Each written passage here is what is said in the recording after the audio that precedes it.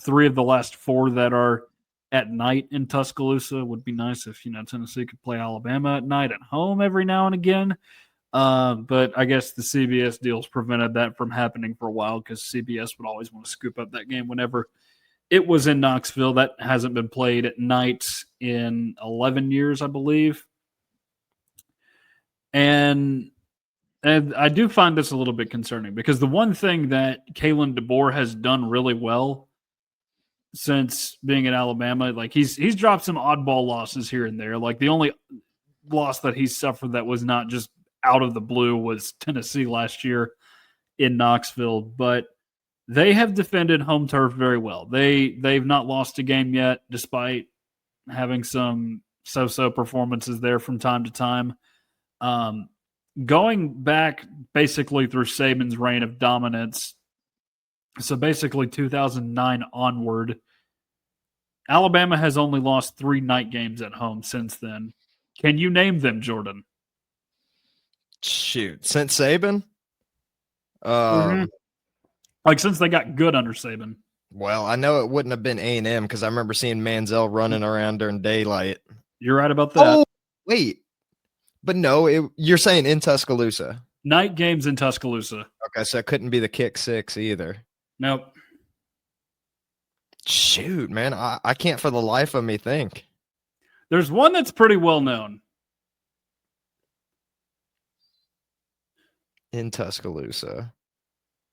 Night games in Tuscaloosa specifically. Was it like an LSU game, potentially? Yeah. Was it Joe Burrow LSU? No, that was an afternoon game. I don't know. I give up. The 9-6 game was what you're missing. No. That's a well-known one. The 2011 9-6 game, 1-2 game of the century. There was all the hype in the world going to that game. And it was a great game if you love terrible offense and great defense. The other ones, one of them was actually pretty recently, just 2 years ago. Texas came in there and beat Alabama with Quinn Ewers. I believe that was the second week of the season, which was stunning to see Alabama lose a game that early into a non-conference opponent. The other one, Chad Kelly and Ole Miss going in there in 2015, winning 43-37. But those are the only 3 times Alabama has lost a night game at home under Nick Saban onward since they won their first national championship, at least. I didn't do the math for 2008 and 2007. But that's just since they began their reign of dominance. So that just puts into perspective how difficult the challenge is going to be for Tennessee in 2 weeks. Well, the dominance surely ain't going to last forever. And I know I was a little bit more concerned with the start time because I know the fans are probably going to get more active than usual. And as I've said on the show before, like I went to Tuscaloosa 2023, and I didn't think the atmosphere was that crazy. I mean, albeit some things have changed since then. Nick Saban was gone. Now they got Kalen DeBoer. So, I mean, I'm sure the fan base are more hungry now than they were when they were getting used to winning all the time. But I do expect the crowd to be more into it during this game. But I will say this. Although I'm a little bit more concerned of the game because it's going to be at night, I am selfishly happy in a way because I, unfortunately, got roped into a wedding that I'm going to be attending that day. Yeah, I know. It's a huge ordeal. I was upset about it, obviously. But the wedding starts at 5:15, so hopefully I can get out of there real quick and start watching the game during the dinner and everything. But yeah, unfortunately, I can't back out of this one. Is this a friend of yours? No, or is it someone else? Here's the thing. It's my girlfriend's best friend, and I feel like I have to go to. And she just commented right now with the laughing, crying face, so she's listening. That's your girlfriend's best friend? Yeah, no, that's my girlfriend right there. But her best friend's having a wedding, and she went with me to Florida to my best friend's wedding back in the summer. So I kind of set myself up for this one a little bit. I gotta ask a question though. In all honesty, is your girlfriend's best friend a college football fan? No, and I actually called her out recently because she was over at the house, and I was like, do you know when you scheduled your wedding? And she was like, no, why? I was like, the Tennessee-Alabama game. And she was like, oh, it's okay. You can listen with headphones. And I'm like, no, this is a big ordeal. Like, this is like the biggest deal of the entire season. But yeah, we're gonna make it work somehow. I'm definitely watching that game, whether or not I have to have an AirPod in or what it's gonna be. But I'm watching that game for sure. And my dad's had a similar situation too. Like I remember my uncle's wedding. My dad had to bring out the old box black and white TV to watch Tennessee and Florida play during that. And I remember him like waiting out in the car doing that while everyone else was celebrating.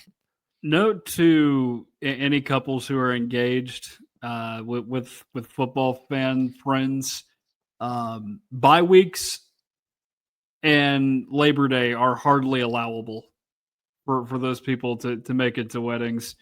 I have not been invited to any fall weddings. I have friends that have gotten married recently. They've not done it during the fall, thankfully. They've all been in the summertime. One of them was actually in the wintertime at a church. But no, I was actually at a, don't want to out them, but I was actually at a family reunion this summer. We go to it every year, but and one of my cousins is recently engaged. And by the way, they both went to Alabama, and one of them said, "Oh, the fall is the best time to do a wedding." I'm just like, what? Really?